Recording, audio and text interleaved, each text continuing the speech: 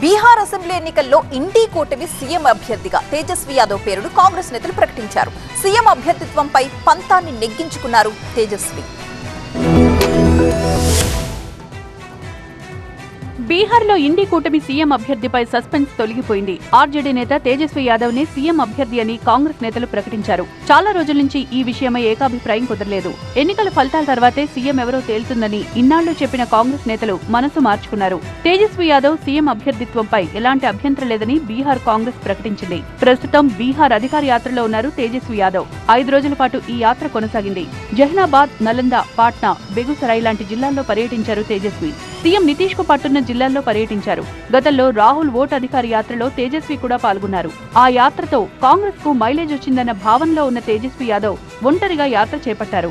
అవసరమైతే అన్ని స్థానాల్లో పోటీ చేయడానికి ఆర్జేడీ సిద్ధంగా ఉందని సంచలన వ్యాఖ్యలు చేశారు. ఈ వ్యాఖ్యలు కాంగ్రెస్ ను కలవరపెట్టాయి. దీంతో బీహార్ కాంగ్రెస్ నేతలు డ్యామేజ్ కంట్రోల్ చేపట్టారు. ఇండీ కూటమి సీఎం అభ్యర్థిగా తేజస్వి యాదవ్ ఉంటారని ప్రకటన విడుదల చేశారు. దీంతో కూటమిలో సీఎం అభ్యర్థి రచ్చకు ఫుల్ స్టాప్ పెట్టినట్టే భావించొచ్చు.